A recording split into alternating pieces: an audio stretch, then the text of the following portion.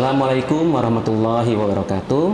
Alhamdulillahirrabbilalamin. Sholatu wassalamu ala asrafil anbiya wal mursalin wa ala alihi wa sahbihi wasallim. Asyhadu an la ilaha illallah wa asyhadu anna muhammadan abduhu wa rasuluhu la nabiyya ba'd. Amma ba'du. Alhamdulillah, pemirsa Unila TV yang berbahagia, yang dirahmati Allah Subhanahu wa taala. Puji syukur pada Allah Subhanahu wa taala yang telah memberikan kenikmatan pada kita yang begitu banyak, sehingga pada kesempatan hari ini kita masih dapat berpuasa dalam kondisi sehat dan walafiat. Baik, para pemirsa Unila TV yang insya Allah dirahmati Allah Subhanahu wa taala, pada kesempatan hari ini kita akan membicarakan sesuatu yang barangkali bisa dibilang kalau kita manai dari kalimatnya sepertinya biasa saja. Tapi kalau kita coba renungkan, ini menjadi hal yang luar biasa. Ya, mungkin para pemirsa Unila TV masih ingat dengan sabda Rasulullah Shallallahu Alaihi Wasallam, "Sumu tasihu", yang artinya berpuasalah maka kamu akan sehat. Ya, berpuasalah maka kamu akan sehat. Sepertinya kalimatnya biasa saja ya, kalimatnya biasa saja, puasa sehat, puasa sehat. Tapi kalau kita renungkan lebih mendalam, itu Masya Allah ya, luar biasa apa yang dikatakan oleh Rasulullah SAW. Kenapa? Karena Rasulullah SAW ini mengatakan 14 abad yang lalu. Ya, jadi jarak yang sedemikian jauh dan riset-riset yang dilakukan yang berkaitan dengan puasa itu baru kita lakukan di beberapa abad yang lalu, dan ini membuktikan memang ternyata puasa itu sangat bermanfaat buat kesehatan.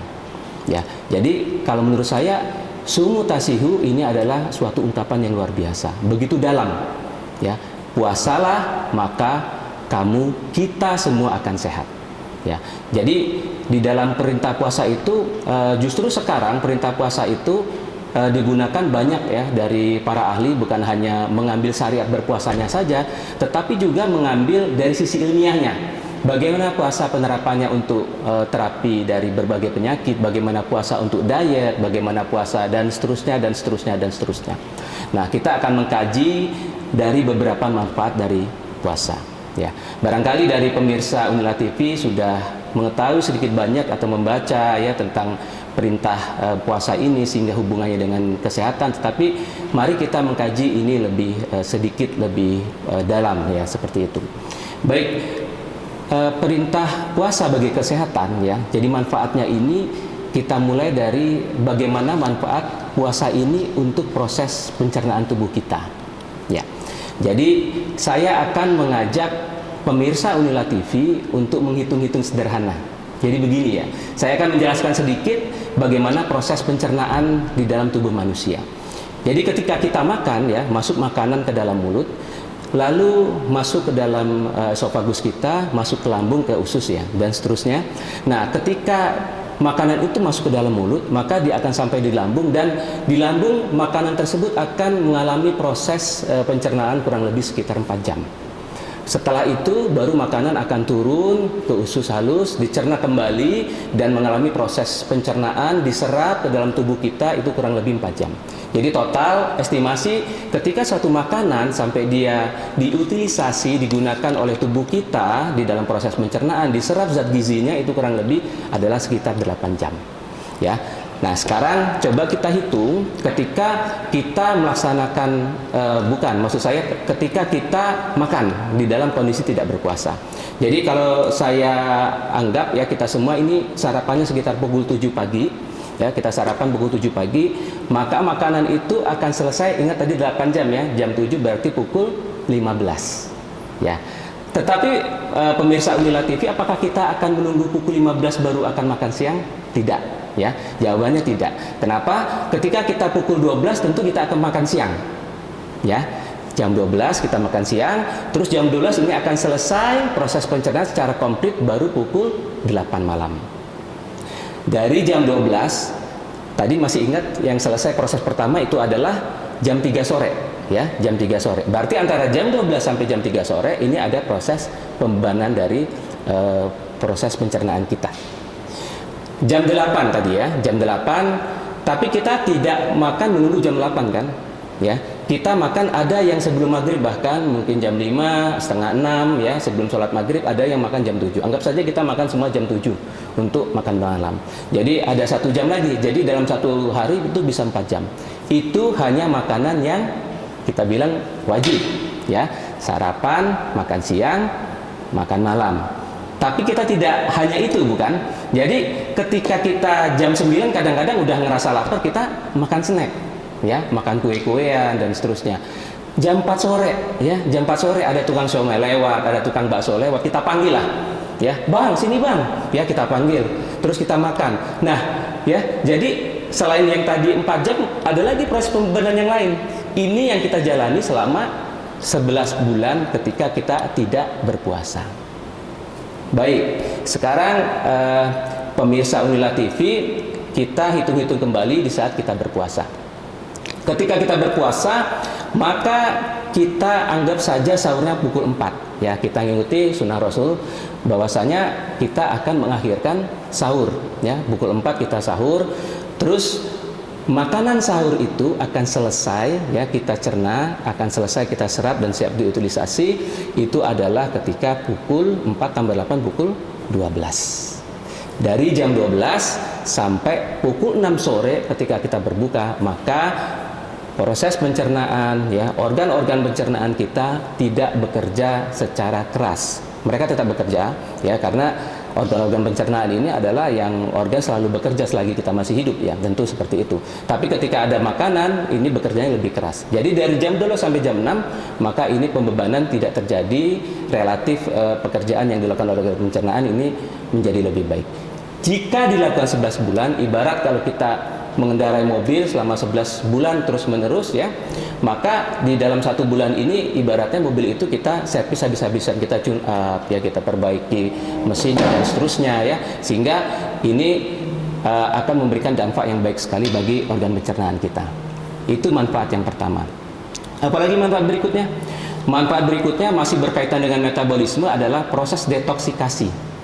Proses detoksikasi. Jadi dalam proses detoksikasi ini adalah proses pembuangan racun. Ya, proses pembuangan racun ini dia akan lebih maksimal ketika setiap hari kita lakukan. Sebetulnya maksimal itu biasanya dilakukan pada malam hari. Ya, ketika kita tidur, proses detoksikasi akan berlangsung dengan maksimal.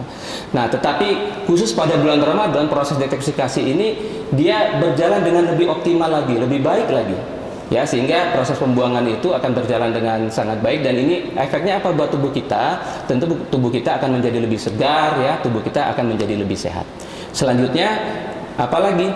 Selanjutnya adalah dari proses detoksikasi kita akan bercerita manfaat yang barangkali ini akan sangat kerasa ya buat kita yang di dunia pendidikan, bahwasanya puasa itu bisa membuat lebih pintar. Ya, kok bisa dok, bisa membuat lebih pintar gitu ya, pertanyaannya kan seperti itu pasti. Soalnya kalau mahasiswa bilang ke saya, gimana lebih pintar sih dok, kalau misalnya jam 10 udah ngantuk ya, udah ngantuk, mau kuliah lebih ngantuk dok kalau kita berpuasa, nggak bisa lebih pintar seperti itu. Ya, mungkin yang salah adalah pola konsumsi kita ya, yang salah adalah pola konsumsi kita saat kita sahur maupun berbuka. Mungkin akan kita bahas di sesi berikutnya berkaitan dengan pola konsumsi, berkaitan dengan tips dan trik bagaimana berpuasa itu menjadi lebih sehat dan bugar. Itu nanti di sesi berikutnya.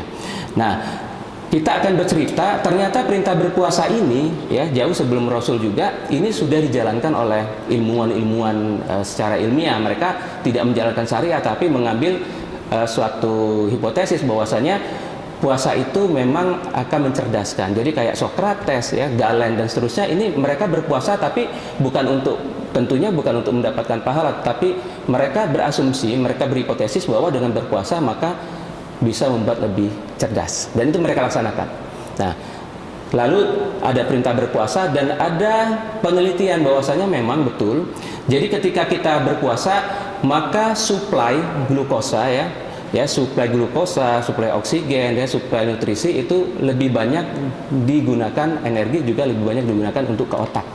Ya, sehingga harapannya dengan berpuasa itu tentu otak akan mendapatkan nutrisi yang lebih banyak, yang mendapat oksigenisasi yang lebih banyak, sehingga otak lebih bekerja dengan secara optimal.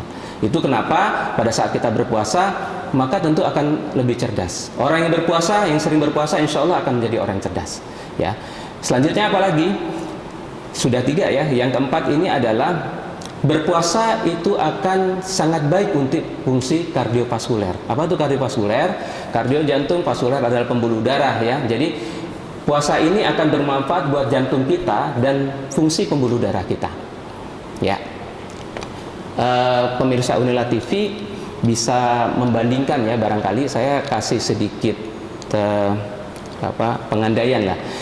Jadi pernah melihat, mungkin setiap hari kita melihat bahwasanya jalan di depan kita ya, di Zeta Pagar Alam atau Teguh Umar misalnya, pada saat pukul 5 sore atau mungkin pukul 7 pagi itu kreditnya luar biasa ya, banyak sekali kendaraan yang wah ya, kadang macet ya, seperti itu ya. Nah, itu adalah saya andaikan bagaikan kondisi pembuluh darah kita ketika kita tidak berpuasa. Seperti itulah ya, ramainya minta ampun pembuluh darah kita itu ketika kita tidak berpuasa ya. Banyak yang berada di dalam pembuluh darah kita, sehingga beban jantung kita pun ini cukup berat gitu ya. Tapi memang ini jantung buatan Allah, bukan jantung buatan manusia, sehingga tidak masalah sebetulnya. Tetapi ketika berpuasa itu bagaikan jalanan Zeta Pagar Alam ataupun Teguh Umar di luar jam itu, atau mungkin kalau keluar jam 12 malam ke atas ya, ini lengang ya, sehingga beban jantung ini ya banyak sekali berkurangnya ketika dibandingkan ketika kita berpuasa, sehingga jantung bisa bekerja dengan lebih optimal ya, pembuluh darah juga bekerja lebih optimal, sehingga ini akan sangat berpengaruh terhadap kesehatan kita. Selain daripada itu, dengan adanya puasa ini juga akan mencegah penumpukan kolesterol ya, zat-zat yang tidak perlu pada pembuluh darah kita, sehingga hal ini akan mengurangi resiko dari aterosklerosis ya, penumpukan lemak di dalam pembuluh darah, pengerasan pembuluh darah, sehingga mengurangi resiko terjadinya jantung koroner. Ya, itu fungsi dari sisi kardiovaskuler. Terus apa lagi? Ya, ada lagi fungsi yang mungkin ini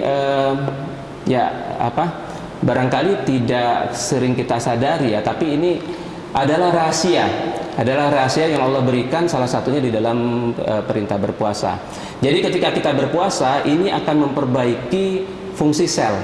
Jadi siklus sel ini akan berlangsung dengan baik. Siklus sel itu apa? Siklus sel adalah siklus yang dialami sel mulai dari dia tumbuh terus berfungsi, akhirnya dia mati. Jadi ada suatu pergantian sel yang optimal ya, yang maksimal ketika kita berpuasa. Dan ini efeknya salah satunya adalah kalau kita lihat pada sel kulit ini dia pergantian dari sel kulitnya ini akan sangat baik sekali. Sehingga kulit kita pada saat kita berpuasa, pada orang yang sering berpuasa ya, salah ini berwudu ya. Jadi salah duanya lagi, bukan salah duanya, betul duanya kali ya. Jadi berwudu dan berpuasa ini pasangan kombinasi yang baik ya di dalam menjaga kesehatan kulit kita. Jadi kalau ketika berpuasa ini akan mengganti sel-sel kulit kita, jadi yang tidak perlu, yang sudah kusam ini akan mengkelupas, diganti dengan sel yang baru, sehingga pada orang yang berpuasa kulit kita akan kinclong ya, sehingga selalu akan tampak lebih segar, tampak lebih mudah ya. Selanjutnya apalagi manfaat dari berpuasa adalah puasa ini bisa menjadi terapi dari berbagai macam penyakit ya. Ini pengalaman saya pribadi sebagai praktisi kesehatan, sebagai seorang dokter. Banyak kasus hipertensi maupun diabetes yang dia terkontrol ketika berpuasa. Ya. Jadi ketika dia berpuasa, tekanan darahnya ini terkontrol dengan baik. Ya. Tapi sayangnya kadang-kadang ketika selesai berpuasa, berlebaran justru makannya lebih banyak, tidak terkontrol, malah naik lagi. Nah ini yang kadang-kadang saya sedih gitu ya. Tapi ketika menjalani puasa selama Ramadan ini tekanan darahnya lebih terkontrol, ya, gula darahnya lebih terkontrol, ya, masya Allah, ya. Seandainya ini menjadi setelah berpuasa tetap dijalankan dengan puasa-puasa sunnah lainnya, mungkin tentu akan menjaga kesehatan dari pasien tersebut ya, menjaga kesehatan kita semua. Jadi puasa Ramadan ya kita mengharapkan nanti diikuti oleh puasa-puasa sunnah yang lainnya. Ya. Terus untuk terapi apa lagi? Salah satunya adalah terapi untuk penyakit gastritis ya. Penyakit gastritis kalau di masyarakat bilang penyakit mah, ya, penyakit mah. Nah, penyakit mah ini memang harus kita di dalam menentukan apakah dia berpuasa atau tidak berpuasa perlu pandangan seorang expert, tentunya dokter ya. Apakah saya penyakit mah bisa berpuasa, Dok? Ya, atau tidak bisa berpuasa? Karena mah ini ada yang kronis, ada yang akut ya. Bisa menjadi terapi ketika untuk menderita mah yang sifatnya akut. Tapi kalau yang kronis ya, yang kronis sudah ada, apalagi sudah ada ulkus, ini tidak diperkenankan untuk berpuasa. Bahkan menjadi suatu dispensasi ya untuk tidak berpuasa. Nah, kita kembali pada penderita mah yang akut ya. Penyakit mah ini yang paling banyak penyebabnya selain stres ya adalah pola makan ya, pola makan. Jadi di dalam otak kita ini luar biasa, jadi ada semacam pusat memori ya, yang akan mengingat semua aktivitas daily living kita, mulai kita dari bangun tidur jam berapa, terus nanti makan pukul berapa, berapa banyak makanan yang kita konsumsi, dan seterusnya itu akan diingat oleh otak sampai nanti kita tidur ya. Makanya ini akan terset ya, nggak perlu alarm sebetulnya. Jadi kalau kita sudah biasa bangun pukul 4, otomatis akan bangun pukul 4 ya. Kalau kita biasa tidur pukul 9, otomatis akan tidur pukul 9. Jadi pukul 8, jam setengah 9 udah ngantuk-ngantuk kita itu ya. Kenapa? Sudah ada di sini semua ya. Jadi pembiasaan ini memang akhirnya bisa dibentuk ya, seperti itu.